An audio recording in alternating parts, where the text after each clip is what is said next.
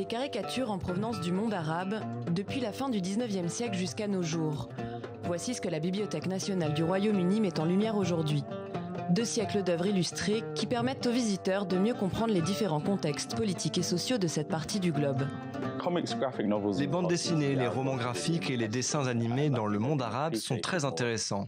Je pense qu'ils ne sont pas seulement appréciés comme des moyens de divertissement, mais aussi comme des écrits sociaux et politiques importants. Donc à travers ces écrits, vous pouvez apprendre beaucoup sur l'histoire de la politique arabe. Par exemple, sur la couverture de ce journal égyptien, vous trouvez Anwar Sadat et d'autres personnalités politiques.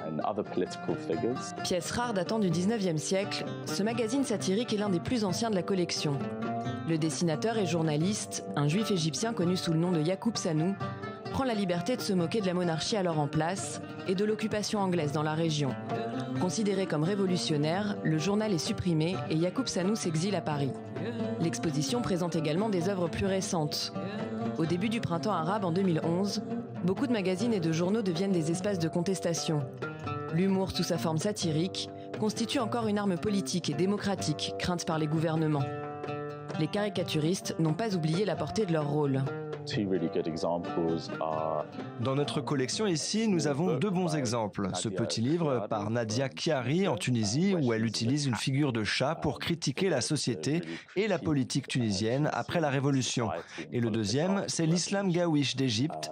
Ici, ils utilisent des personnages et les font parler de la situation sociale après la Révolution. De nombreux pays du monde arabe sont représentés. Égypte, Liban, Arabie Saoudite, Tunisie ou encore Algérie. Mais parfois, les influences peuvent venir de bien plus loin. Vous voyez, je suppose, l'influence des bandes dessinées américaines. Mais c'est intéressant car vous pouvez aussi trouver d'autres influences. Par exemple, il y a cette bande dessinée saoudienne appelée Bassim qui est influencée par les mangas. Les influences proviennent donc aussi bien de l'Ouest que de l'Est et aussi de la culture arabe elle-même. Chaque année, la Bibliothèque nationale du Royaume-Uni reçoit entre 1500 et 2000 nouveaux journaux en provenance de tous ces pays. Des coups de crayon archivés qui dessinent les contours de l'histoire du monde arabe.